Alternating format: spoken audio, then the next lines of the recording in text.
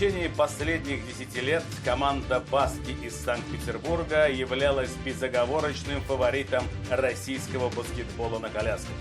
Казанский клуб «Крылья Барса» планомерно усиливал состав, упорно готовился и вынашивал планы свергнуть питерцев с верхней ступени пьедестала. В апреле 22 года на первом этапе чемпионата России казанцы уступили баскетболистам с берегов Невы всего 4 очка – 70-66. Но осенью сумели взять реванш в очной встрече на всероссийском турнире в Тюмени, и тогда представители Татарстана стали победителями соревнований. И вот второй решающий раунд борьбы за звание чемпиона страны вновь принимает город Алексин. И главная интрига известна всем. Баски или Крылья Барса? Кто же все-таки одержит верх? Об этом в ближайшие полчаса в программе «Видеоспорт». Мы рады приветствовать вас, дорогие друзья, в городе Алексин Тульской области на базе Республиканской учебно-тренировочной базы АК. В конце октября состоялся долгожданный второй этап чемпионата России по баскетболу на колясках. Надо отметить, что правила игры в баскетбол на колясках аналогичны правилам обычного баскетбола. Используется площадка того же размера, корзина находится на той же высоте, мяч можно передавать, бросать, катить или вести в любом направлении при условии соблюдения правил. Игрок должен передать мяч или ударить им об пол после каждых 2 толчков колес. Цель каждой команды понятна – забросить мяч в корзину противоборствующей команды. В настоящее время в России баскетбол на колясках развивается в Москве, Санкт-Петербурге, республиках Татарстан и Дагестан, в Ханты-Мансийском автономном округе Югре, в Чеченской и Удмуртской республиках, в Ставропольском крае, в Приморском крае, Московской, Смоленской, Ростовской, Тюменской, Челябинской и Ульяновской областях. Но во втором этапе чемпионата России принимают участие 6 сильнейших команд. Ульяновская «Волга», Ханты-Мансийский «Легион Югра», Московский «Фалькон», Тюменский «Шанс», Крылья Барса «Казань» и Баски имени Кондрашина «Санкт-Петербург». Команды играют каждая с каждой, таким образом все клубы в соответствии с регламентом проводят по 5 встреч. Первым соперником Крыльев Барса стала команда «Легион Югра». В последнее время сибиряки неуклонно прогрессируют, ставят перед собой все более амбициозные задачи. Ну, конечно, хочется бой дать каждой команде, то есть даже с басками, показать красивую игру, достойную игру. Я думаю, время еще придет, мы только прогрели резину. С первых минут игра приняла упорный характер. У Крыльев поначалу явно не клеилась игра. Баскетболисты никак не могли привыкнуть к новой поверхности площадки. Дело в том, что перед турниром у казанцев были сборы, где им приходилось тренироваться на резиновом покрытии, а не на паркете. И вот мы видим результат. Уже за первые 3 минуты матча с «Легионом Югрой» у казанцев 4 командных фола. Когда, спрашивается, такое бывало? В целом на площадке наблюдалась абсолютно равная борьба. У Югры роль лидера атак взял на себя бывший игрок Крыльев Руслан Кожевников. Казанским баскетболистам не удавалось никак оторваться в счете, а за 3 минуты до конца четверти легионеры и вовсе вышли вперед после броска Магомеда Нагалаева. Перед перерывом более искушенные казанцы немного исправили картину на табло. 16-13 по окончании 10 минут игры. Ну а далее все, в общем, встало на свои места. Крылья Барса подтвердили свою мощь. Но, однако, ошеломляющего преимущества игроков с берега Волги не наблюдалось. Команда «Легион Югра» стремилась изо всех сил держать удар. В составе ханты-мансийской команды тон задавали Руслан Кожевников и Андрей Чугунов, имевшие, похоже, двойную мотивацию в матче с бывшими одноклубниками. На счету Кожевникова 21, а у Чугунова 16 набранных очков. В составе Крыльев Василий Кочетков единственный, кто отыграл без замен. Индивидуальные показатели лидера казанцев впечатляют: 28 очков, 16 подборов и 15 атакующих передач. Трипл-дабл. Динар Камалеев принес в копилку команды 26 баллов, и это при 63% попаданий с игры. Нельзя не отметить и Виктора Кайнова, который попал в 5 бросков из 6 и совершил при этом 6 подборов отскочившего мяча. Окончательный счет встречи 83-57 в пользу крыльев Барса. Но легион Югра произвел, прямо скажем, весьма неплохое впечатление. Мы были перед выездом сюда на сборах 5 дней на нашей базе Борово-Матюшино. И там совсем другое покрытие, то есть оно все время тормозит коляску. А здесь, с расчетом на то, что мы выйдем на паркет и поедут. Надеемся, что завтра уже будет получше. То есть мы едем хорошо, не успеваем затормозить. У нас первые игры постоянно тяжелые. Поэтому у нас сейчас принципиальная игра с московским «Фальконом», следующая. Поэтому мы пока поэтапно будем идти. Сейчас мы 5-е, на России, да. Сейчас мы планируем залезть и в 4-ку, дальше в 3-ку. Но уже потом и крылья будем пододвигать. На следующий день баскетболистам крыльев Барса надлежало помериться силами со своим старым соперником тюменским «Шансом». Но на сей раз тюменцам не удалось противопоставить татарстанцам сколь-нибудь серьезных аргументов. Уже в первом периоде казанцы сломили сопротивление соперников и показали свое превосходство во всех компонентах баскетбола. И в защите, и в бросках, и в подборах на щите. Итог первого периода красноречив – 21-4. Главный тренер крыльев Сергей Чистов дал возможность поиграть всем. В матче приняли участие в общей сложности 12 игроков. Наибольший очковый урожай собрали баскетболисты стартовой пятерки Кочетков и Отрощенко, но, пожалуй, не меньшее внимание привлек к себе новобранец татарстанцев 18-летний Артур Галстян, который раньше занимался слэдж-хоккеем, а в перспективе способен усилить казанскую команду. 5 минут провел Галстян на площадке, очков не набрал, но прошел таким образом боевое крещение в чемпионате России по баскетболу на колясках и внес пока небольшую лепту в победу крыльев Барса 70-43 над тюменским «Шансом». В связи с тем, что отец проживает здесь, я жил в Оренбурге и не хотел жить отдельно от родителей, я нашел другую спортивную стезю и переехал в Казань, сам написал крыльям Барса и стал заниматься баскетболом на колясках. Как вообще приняли в команде? Все отлично, ребята супер позитивные, супер добрые и все отлично. Вечером того же дня в третьем матче второго этапа чемпионата России крыльям Барса противостоял московский «Фалькон», который в официальном протоколе именовался как «Сборная команда Москвы». В последние годы москвичи с переменным успехом сражаются за третью позицию в российском баскетболе на колясках. Были у них проблемы с составом в нынешнем сезоне, но тренер Илья Щербаков умеет подводить своих подопечных в оптимальной форме к ответственным турнирам.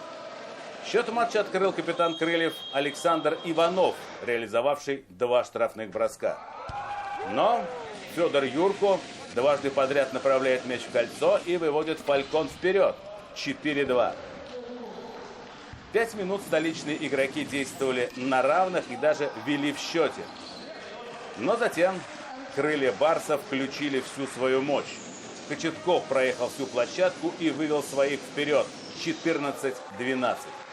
Казанцы постепенно, планомерно увеличивали разницу в счете в свою пользу. Действовали раскованно, быстро, можно сказать, креативно. Отменно провел встречу Виктор Кайнов, набравший 16 очков, реализовавший 7 из 9 бросков с игры.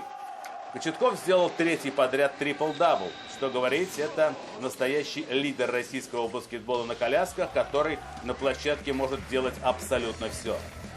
30 очками на сей раз исчислялось преимущество крыльев Барса 72-42. Москвичам хватило сил только на начало встречи.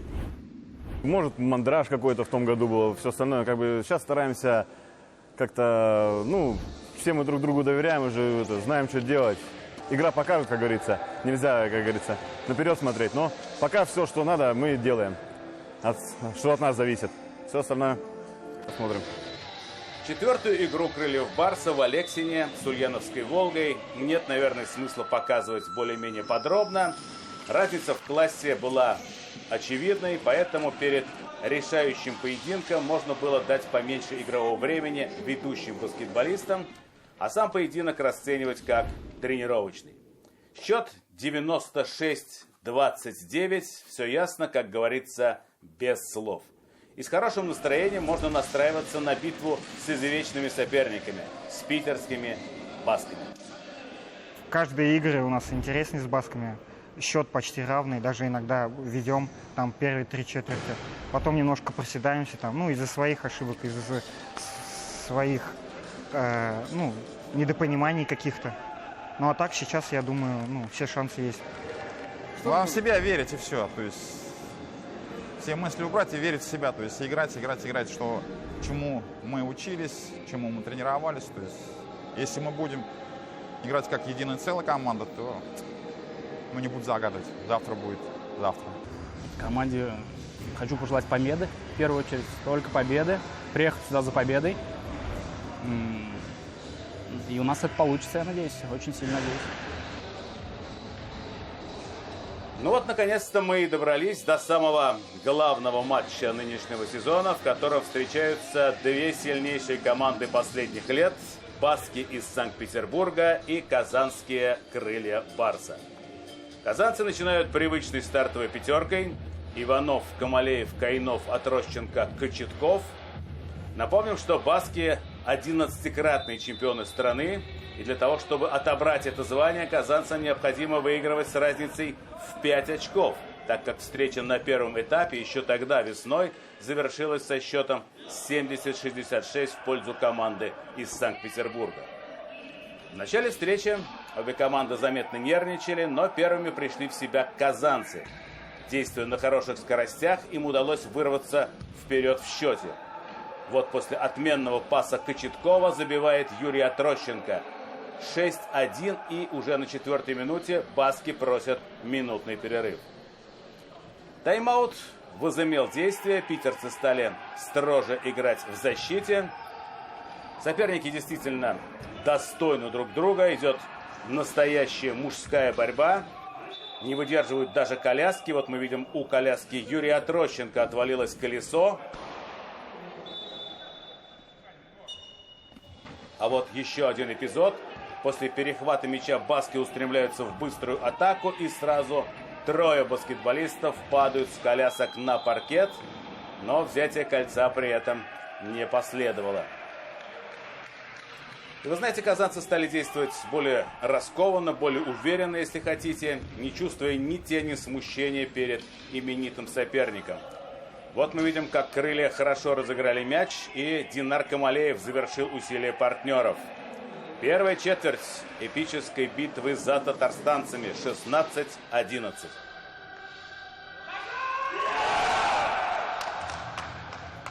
Второй период. Евгений Ермолинский, капитан басков, сокращает разницу. Наигранная, по всей видимости, комбинация казанцев приносит успех. Отрощенко врывается под кольцо, следует передача Кочеткова, и есть 2 очка. 18-13. Но в составе басков опытнейшие игроки с психологией победителей, которые умеют собраться, умеют держать удар. Стоило крыльям 2 или 3 раза промахнуться подряд, как Андрей Литвяк и дважды Дмитрий Ситников склонили чашу весов в пользу баскетболистов из северной столицы.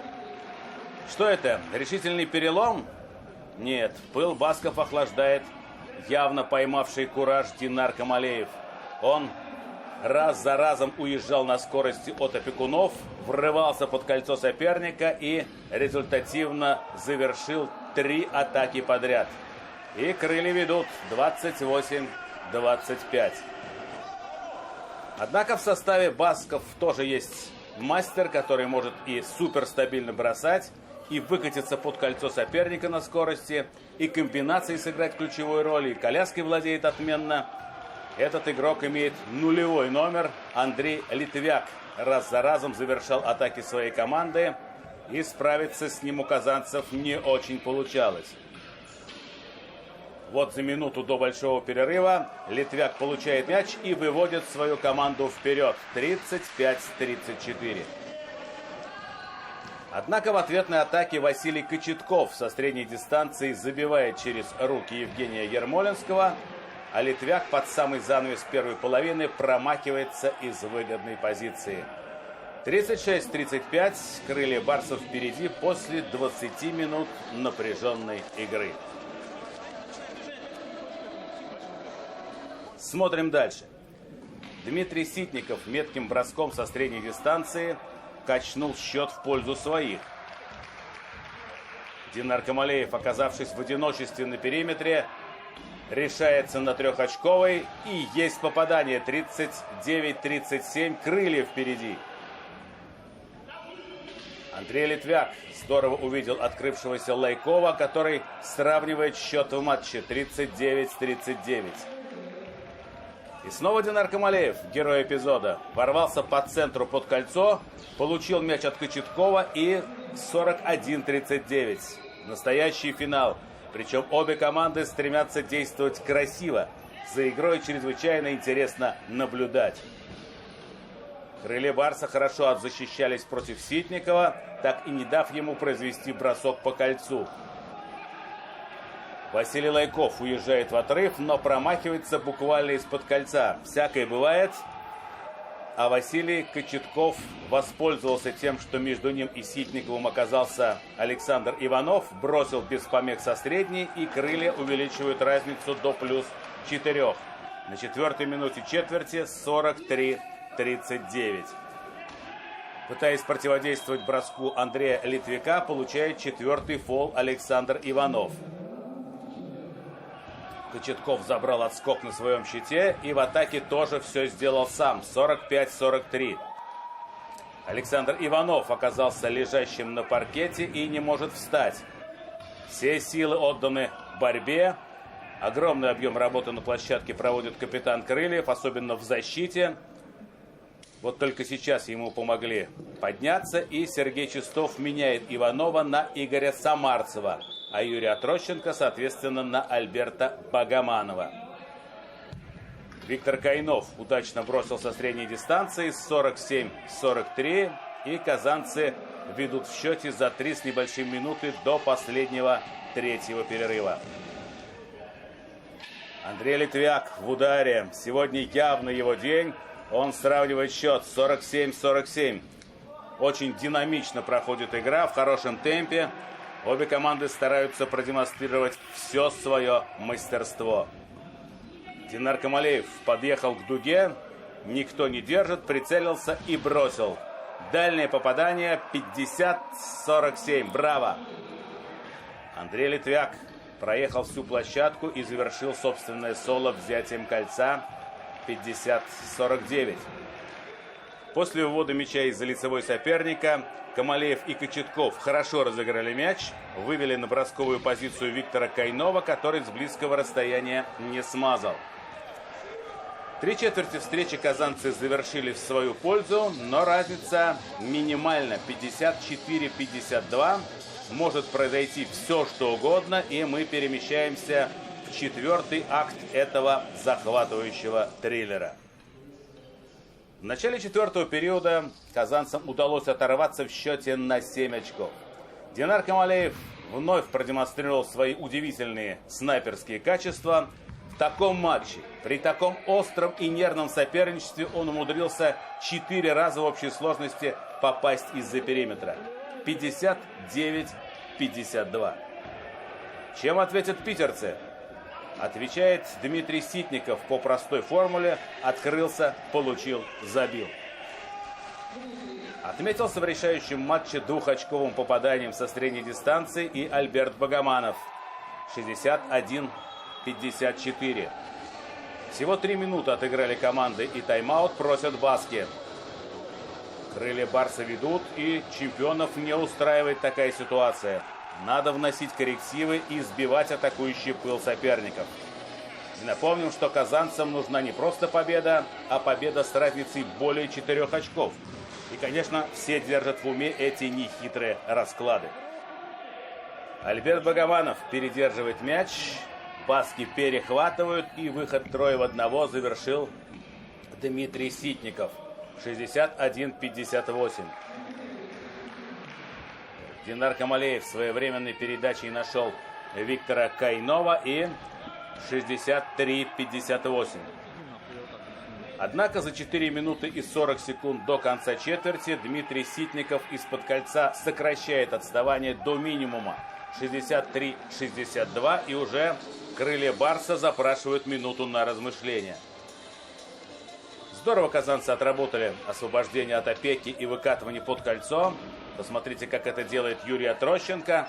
Пас от Кочеткова и 65-62. События меняются с калейдоскопической быстротой. Мощный Дмитрий Ситников берет игру на себя. Его пытаются блокировать, но бесполезно. Он выводит Баски вперед. 65-66. Казанцы ответили незамедлительно. Кочетков Кайнову. Тот въезжает под кольцо и отбирает преимущество у соперников. 67-66. Мы видим, что усталость все же дает о себе знать. 2 быстрых атаки, и Баски и крылья Барса по очереди не попадают из выгодных положений из-под щита. Нервное напряжение достигает своего апогея. Каждая ошибка может стать роковой. Дмитрий Ситников бросает из-под кольца и огорчает казанцев. 67-70 в пользу басков. И тут же Кочетков попадает издали. 70-70. Вот это интрига. Очко в очко идет борьба на площадке. На чужой половине получает 5-е персональное замечание Александр Иванов. Это удаление, и вместо него вступает в игру Валерий Симонов, номер 9. Симонов практически сразу отличился, забрал мяч на чужом щите, отдал стоящему рядом Камалееву, и вновь равенство 72-72. Тает время на табло, никто не может догнать Евгения Ермолинского, который на 2 очка выводит свою команду вперед. Счет 74-72. Тайм-аут берут крылья Барса. Играть остается 4 секунды. Но в баскетболе за это время можно забить. Таких случаев великое множество. Наверняка есть заготовочки на такой случай и у крыльев Барса. Кочетков вводит мяч в игру. Отрощенко получает. На нем отчаянно фалят, но он забивает. 74-74. Это просто фантастика. Отрощенко получает право еще и на штрафной бросок. Но если он забьет, то казанцы выиграют в 1 очко. А для чемпионства надо не менее 5, учитывая матч на первом этапе. Поэтому Юрий демонстративно промахивается. Баски в оставшееся время не могут забить. Счет равный, и игра переходит в овертайм, в дополнительную 5-минутку.